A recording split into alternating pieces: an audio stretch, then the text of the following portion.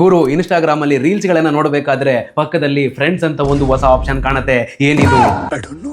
ಅದ್ರ ಮೇಲೆ ಕ್ಲಿಕ್ ಮಾಡಿದ್ರೆ ನಿಮ್ಮ ಫ್ರೆಂಡ್ಸ್ ಗಳು ಲೈಕ್ ಮಾಡಿರುವಂತಹ ಕಮೆಂಟ್ ಮಾಡಿರುವಂತಹ ರೀಲ್ಸ್ ಗಳು ಶೋ ಆಗ್ತವೆ. ಯಾವುದು ಗುರು ಇದು? ನಾನೇನೋ ಇಷ್ಟಪಟ್ಟು ನಾನೇನೋ ನೋಡಿ ಕೆಲವೊಂದು ರೀಲ್ ಗಳಿಗೆ ಲೈಕ್ ಮಾಡಿರ್ತೀನಿ, ಕಮೆಂಟ್ ಮಾಡಿರ್ತೀನಿ, ಅದನ್ನು ತಗೊಂಡೋಗಿ ನನ್ನ ಫ್ರೆಂಡ್ಸ್ ಗಳಿಗೆ ತೋರಿಸ್ಬೇಕಾ?